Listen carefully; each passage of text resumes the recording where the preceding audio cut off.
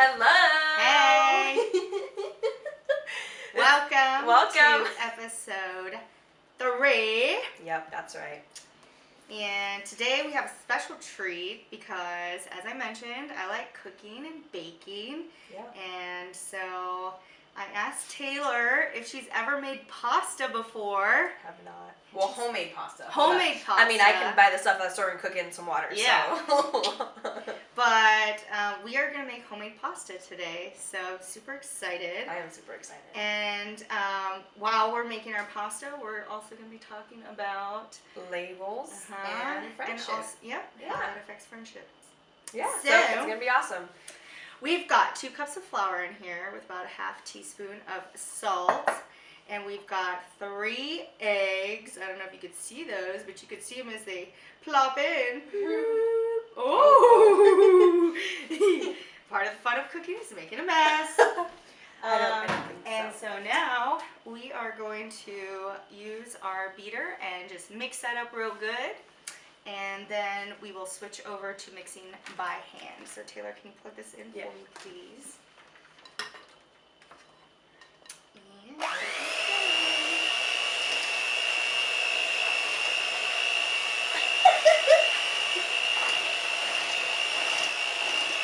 It looks very dry, but I think.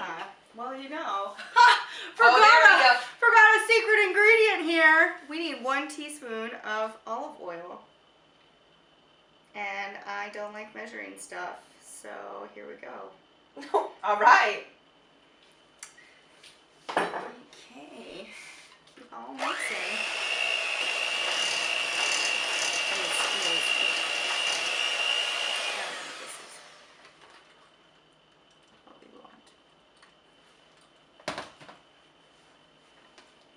See, but when you... Oh yeah, that gets way more... What is this called again? Kneading? Kneading, yes. I never knew that, but alright. So, as you get your hands in it, it starts to come together a bit more. I do think that I have added water to it in the past, though, if it seemed like it was too dry. Yeah. And so... at some point, it's just easier to flop it on your counter. Oh. Don't worry, wash these. Alright, so one of the things that I was thinking the other day, because I was making sugar cookies, and I was like, oh, Taylor, let's make sugar cookies while we talk. And then I was actually making them, and I thought to myself, oh my god, these people look so great on these cooking shows. But really, let me tell you, my hair was just like floofed. Floofed? Floofed. That's a technical term. Is that really a technical term? And it was all over the place. And right now, I'm getting sweaty, y'all. Who needs water added to the dough when you got a little sweat drops? Oh my. Don't try this at home, kids. No, I'm just kidding. So another thing that we wanted to talk about was labels and friendship and how that kind of transitions into friendship based off of your own personal labels that you put on yourself, as well as the labels that people identify you as. And what really sparked this is when I was getting ready today, I pulled my hair back so I could do my makeup, because, girl, I actually did it, yes. Oh, you want to see the highlight? Okay. Okay. Anyways. You need highlighter? What's highlight? Alyse doesn't know things about makeup. She calls it highlighter. I saw a young lady with highlight on, and I was like, girl, your highlighter looking good! And she was like, thanks? Yeah. Anyway, so I was getting ready, and I pulled my hair back so I could do my makeup, and a thought came to my mind of something that happened, I don't know, 3 months ago. I'm a very terrible at times. A long time ago. What is it? Conception? Your perception. Yeah. Time perception. So, I was in a situation where a woman entered into a place, and one of my acquaintances noticed that she had short hair. Good just like censoring, Taylor. my short hair just like mine, and it was a ponytail just like this. And it was like pulled back kind of the same way, and she made a comment and was like, oh my gosh, like don't ever wear your hair like that because like it looks ugly and it almost looks like boyish, manly, and she was being probably censored herself, and but it seemed to me that she was trying to say that it looked like she was a lesbian, like it looked manly, it looked into her perception of that lady, that's what it looked like. And so my thought when I was doing my hair, I was like, you know what, I'm gonna wear my hair like this, because one, just because my hair's like this doesn't mean that I identify as a lesbian or I like women like that. And so I was like, you know what, maybe that this can do something within myself, because I don't want to view another woman the same way that that woman was viewing her.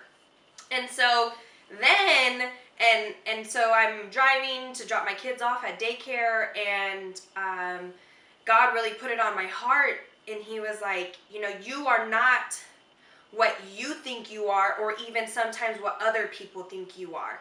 And I completely agree, because we take in sometimes what the society says about what beauty is, or how we should look, or how we should talk, and then we then, you know, identify ourselves that way, which is completely wrong.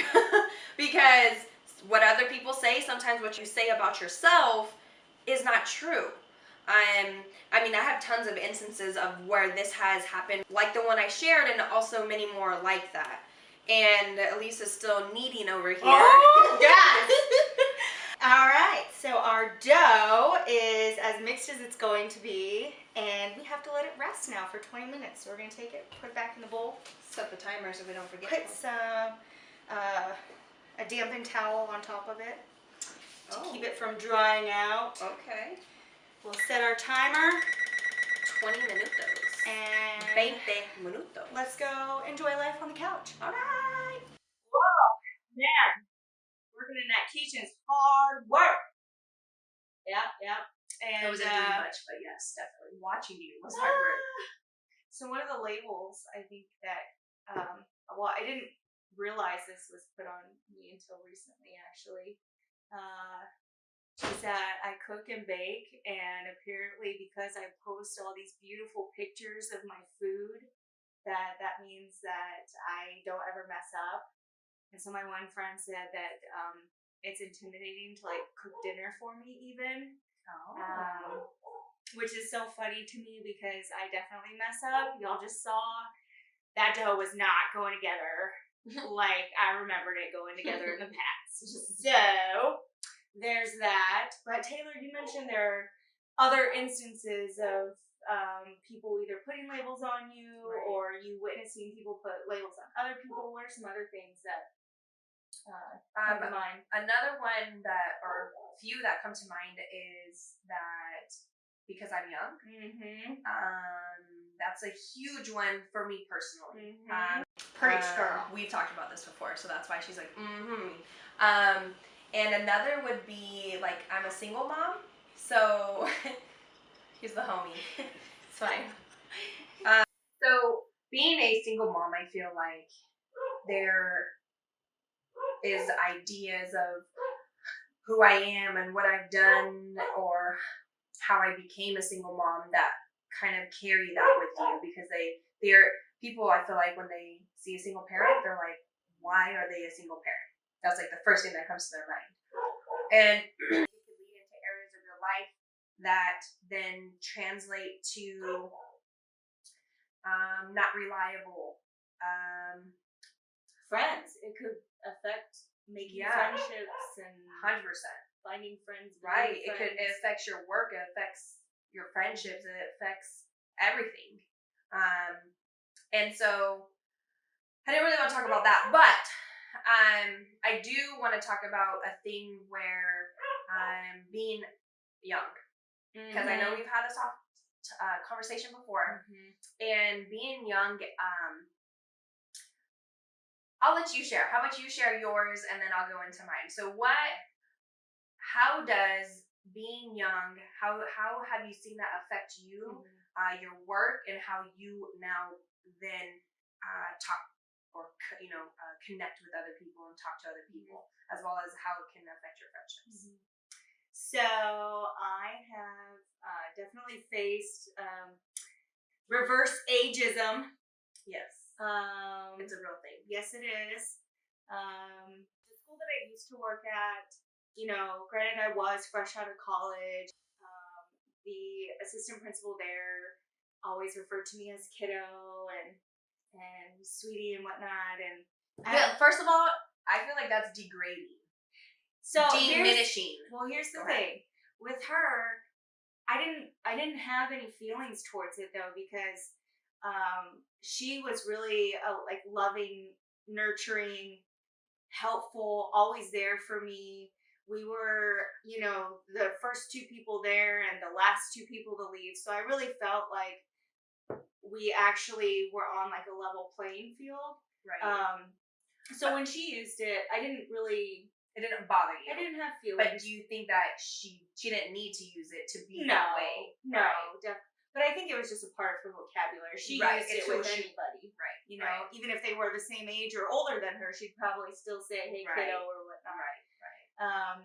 Now I'm still experiencing this, and I don't have the same feelings towards it because I'm 30, and maybe it was also the time of your life.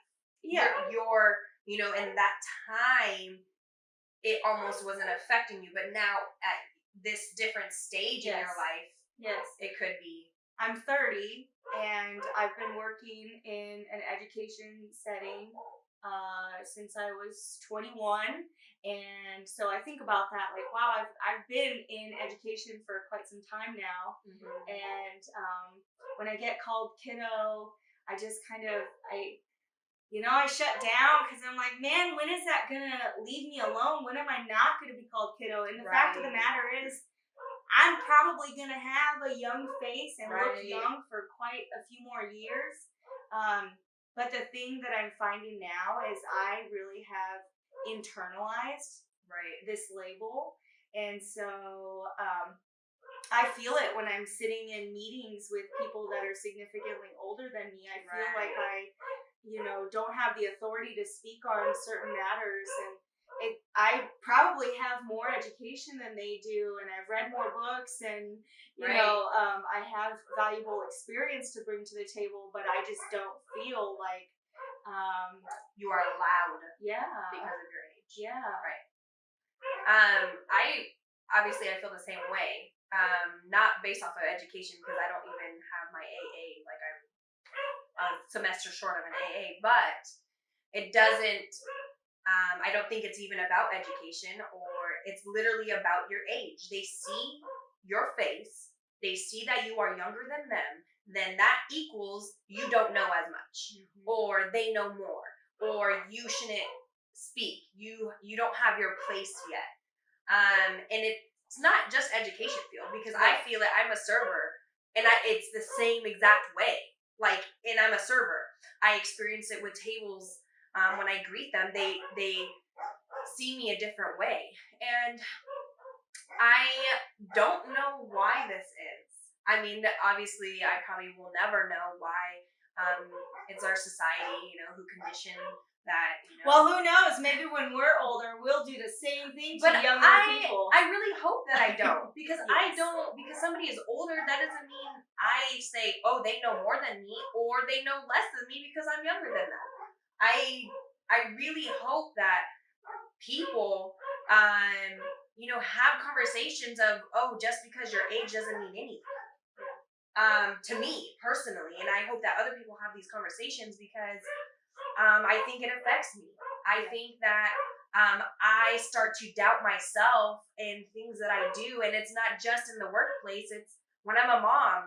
Well, I'm a young mom, so do I know everything? Like, relationships, I feel the same type of thing. Like, oh, well, this is an older friend, so are we going to be able to? I mean, kind of like, we're 5 years apart, which is not a lot of time, I don't think. But some people would be like, oh, based off society in your 30s, you should be this place. I think that we we should not have these. I don't think that we should have labels. I don't think that we should identify people based off of what they look. So we're at work and we're sitting next to each other, and I like this story. I get this all the time, but Alyse, she's never in the front of the office, so it doesn't really come across her way. But so we're sitting there, and a person comes in, and they're like, "Oh, so you guys graduating this year?" And Alyse and I were like, yes, actually, no. I was flattered, actually. But I mean, time and place. You call me kiddo in that environment. Yes, ma'am, I am a kiddo. Thank you for acknowledging my childish looks. But, right. Which is fine. But to me, I feel like I have such a bad taste in my mouth, is how people say, of, oh, you're young, this equals that your opinion doesn't matter, or I know more than you. So when they automatically address me as a kid, when you identify me as younger than you, and somehow less than them because exactly, then now my guards are like, all right, I'm ready. Like, now I have to show you what I know, how I am, how I can be, because I am not that. Hey Taylor, maybe it's your hairstyle. Hey girl, who are you? No, I'm just kidding. I just think that there shouldn't be that. So let's stop doing it. All right, old people? No, I'm just playing. I'm just kidding. I said that for effect, not because that's how I talk to you. But I just think that we're all people. Yeah. I think I'm not going to judge you based off of what you look, what you wear, and how you act. First impressions are something, yes. You know, that's how we view people, but don't assume something. Don't associate them with something that you think that you know, because you probably don't know. I would say though, this definitely is a societal construct, because you see it in the way that, so working in a school setting, you have your teacher and you have your student. Right. And you know, I felt this when I was younger. I felt like the teachers, they were the authority figure, and that they were the almighty, they knew and I didn't, and you know, and I see that today, that a lot of the adults interact with kids in that same manner. I'm reading a book about parenting, and just because I think that I need to grow always in every area of my life, so I am responsible for 3 human beings that are going to be in the society, and I need to raise them so that they can be functioning adults, you know? So I'm reading this book, and it talks about how a family is set up. So we have all different views of what a family really is. But it's almost like your little own society. Mm-hmm. Your little own, your world. Your micro society. Yeah. So everybody... Microcosm. That's not what he uses, but that's a good word. Thank so. you. It says everybody in society has their own place, they have their own voice. So just because a child is younger than you, smaller than you, and you feel like you are responsible and above them, because most of your children, until they become teenagers, at least mine, are smaller than me, that I now rule them. Mm-hmm.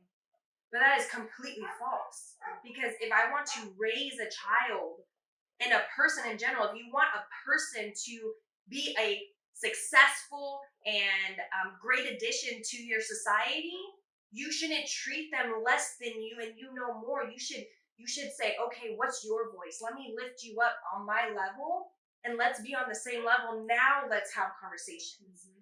Because you're not only devaluing them and their opinion, so they're children, so now they're going to have this throughout their whole entire life. So now, oh, look at us here having a conversation about how we feel devalued when we're younger than somebody. Yeah. So it should be a level playing field. And I should never feel like just because, and I was literally just listening to this, so this is actually really cool. I didn't even think about talking about this. I was thinking about this, like, my children, I feel that I do the same thing. Mm. I have my rules. It's my way or the highway. That is like when I was reading this, I was like, oh my gosh, Taylor. Like you, and I didn't even connect that I do the same thing that people do to me, to be honest with you, until right now. But I did realize and analyze the fact that I feel like I'm superior to them because I am their parent. I was given the right to be able to be superior. Right. Because I birthed you, okay? You came out of me, so I'm going to tell you what you're going to do. But that's, to me, I'm raising kids who don't have a voice. And they're not me. They're their own individualized, the dough is rested. But I'm raising that. I am literally feeding into the same thing that is bothering me. Right. Oh, that was so good. So how do we break that cycle? I think, well, now me personally, I'm going to allow my children to have their own voice. Mm-hmm. They're not me. They're their own individual. And I have to recognize of who they are and what they can bring to the table and what they think and how they want to do something, because my way is not the right way all the time. Mm-hmm. It's right for me. Right. It's not necessarily right for them. Right. So I think it's just identifying that maybe you don't know everything and somebody else is their own person. Mm-hmm. And then allowing them to speak, allowing them to share their opinion, what they think of how they want to actually do it. Dang, it's really beeping us. Mm-hmm. So I think on that note, why don't we head back into the kitchen, continue this conversation while we roll out some pasta dough. This should be fun. All right, so our pasta has rested for 20 minutes and we are ready to form some noodles. I guess I'm doing So this. I did the heavy lifting earlier, so I'm going to put Taylor to work now. So I've already kind of started her off. Break your larger dough ball down into some smaller ones. It makes it easier to work with because our pasta maker can only fit so much dough through it anyway. Okay. You take your ball and you press it down and you can roll it a little bit just to get it a little bit flatter. If it's too thick, it's not going to go through your machine. Okay. So when you start off on your machine, you want it on the lowest setting, which allows a thicker dough to go through. And then as you put it through, you increase the number, making your sheet of pasta thinner and thinner. So you're just going to put that, and actually, you know what, since we've already rolled it through once, you're going to want to fold in the sides. Oh, okay. Because you want to make a rectangular shape. Yeah, if it gets too wide, it's not going to fit anymore going through here. So, okay. So you're just going to put that in. You're going to hold it up here, and then you're going to crank like your... Yeah, I'll hold it for you. Okay.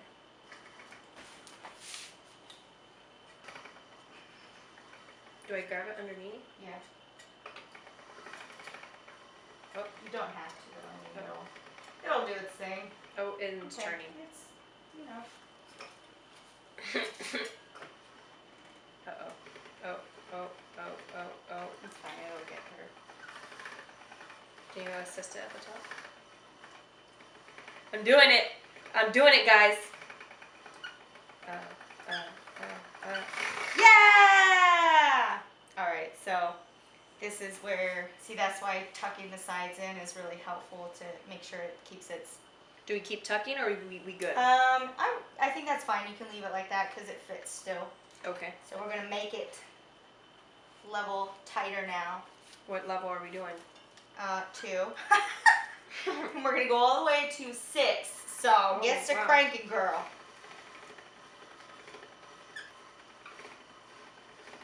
Dude, this is fun. Is it therapeutic? Yeah. Because I think we're at 6, right? This is a little arrow. Oh, yeah. I mean, really, it depends on how thick you want your pasta. But this seems a good thickness. So then we have to change our crank. Do you want to make spaghetti or linguine? Linguine. I like linguine better. Okay. Okay, so now I put it in here. Yep. Okay, so I hold. Do I go the same way? Yeah. Oh, do you guys see it coming out? We're doing it. Oh, and it's getting thinner. I mean, I don't know what's going on, but it's fine. Huh? It's looking good. Okay. All right. Perfect. Well, and the thing with... Keep it going, girl. Keep it going. Yes. All right, we got some fresh linguine. So once you're done with that, what do you do now? We're going to drop this in our pot of boiling water. So you're just gonna continue to cook and... Yes, because it only takes 2 minutes, and so my mommy and I, we did this, and we just had a bunch of pasta lying around, and we realized it would have been a faster process if we had just been cooking it as we went. Okay. So yep, so we're just gonna drop it in, set the timer for 2 minutes, and just let it do its thing. Okay. All right. And in the meantime, we're gonna work on our next ball of dough. Oh, I grabbed it. You know, I'm just doing it. So, since we're back here, we left our comfortable couch. It's fine. We were talking about labels and stuff like that, and the label that I actually realized that I get so upset about. Dude, what the? Work them muscles, girl. So, you know, I realized that this label is not only affecting me, it's also affecting my kids and how I personally am associating myself with them. And it's affecting our friendship because, you know, you have friendship with your kids. Yeah, you're not supposed to be their friend, you're their parent, but you have the same type of, you know, trust and love and everything like that that you have with your friends as well. So I see this also, I'm like literally bracing myself. Like I'm like, you know, like triple threat, all the basketball players, shoulders width apart, like getting into this. Anyways, I'm thinking about this as we were talking over there that, you know, this is affecting my friendship with my children. And I see it with one of my oldest kids. He's 6.5. And he doesn't trust me enough to talk to me about some stuff sometimes. And that seriously literally breaks my heart. So that's done. So those are done. That's the house stuff, yes. And it really breaks my heart because I always wanted the relationship between me and my kids to be one that we could share things with. Look at those noodles, okay. Why does it only take 2 minutes? I feel like you cook like other noodles for like... Because that's dehydrated and whatnot. This is like fresh. Dude, what are we gonna make with the noodles? Girl. Ooh. We're gonna eat them just plain because it tastes good like that. Do they really? Yeah. Oh. So I see that this is affecting my friendship with my children, and it's not allowing us to build our relationship of one that could be trustworthy. So, Alyse, have you ever seen that affect your relationships or maybe influence relationships or anything like that? I think that labels create an environment in such that we stick to people with similar labels, okay. Which can help us because then it helps us form like a sense of community. You know, we're with like-minded people, whatever that may mean.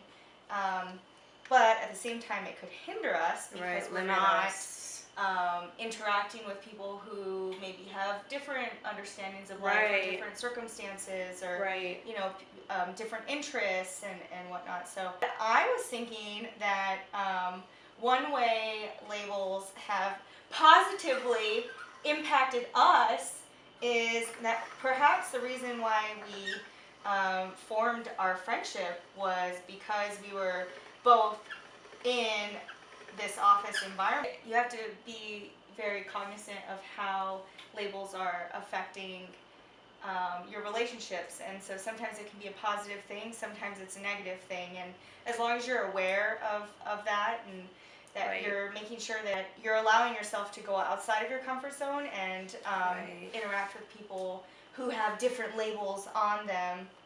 Oh, we just gonna jump. We just jumped. She just jumped. I'm just gonna let you guys know that. So when this doesn't come out, I'm just kidding. She's the pro. I'm not the pro here. I'm not a pro either. I guess that's a label I just put on. Yeah, you did. Shame on you. Anyway, I was thinking like that label really brought us together because I was thinking about our friendship, and you know, we are in lots of different circles. So I was thinking about, you know, how we would have met otherwise, and would we have, and Right. would we have been friends had we not had this shared experience, had we not worked together. Right. You go to church, I don't. Right. You do a lot of stuff with your kids. I don't have kids, so I Right. probably wouldn't be in those same, you know, activities that you find yourself in. But anyway, so yeah, I was reflecting on that, you know, it's interesting how you find friends, especially when you're older. And I can't even remember, like, when we decided to talk to each other. Well, okay.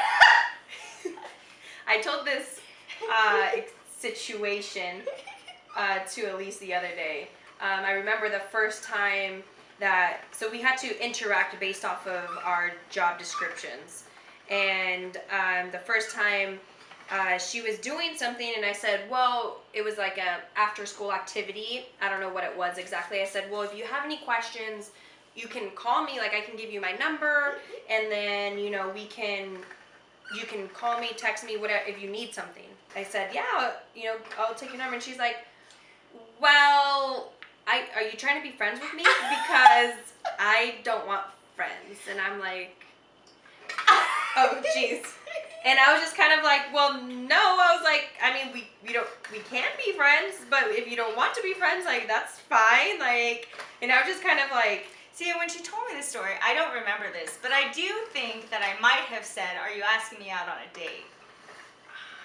I can see myself saying that much more than the friends. No, like maybe it was like, oh, are you asking me to be friends? Maybe it was like that, but it was legit. You said friends, and so she didn't give me her number. Like she didn't want me to have her number. And then I don't know even really when we became friends. I don't know. Like I don't know when we exchanged numbers. I don't know. I don't know either. Now we're like inseparable. She even moved so she could live closer to That's me. not true. She's like 5 houses down. That is true, but I didn't move just because. What? That's what I thought. Do they need to see anything else of this pasta? I mean, I think we should try a piece. Okay. Here you go. All right, does it need salt? You know, for you, yes. Okay. I'm ready when you are. Okay, ready? What? Laying the tramp over here. That's actually really good. So the thing that I find about fresh pasta is it's much eggier Yeah. than the pasta. And if you don't learn one thing from this, you better learn this. Alyse loves her eggs. All right. There's actually. Oh, she's gonna get something. Yes, I am. Is it an egg eating competition?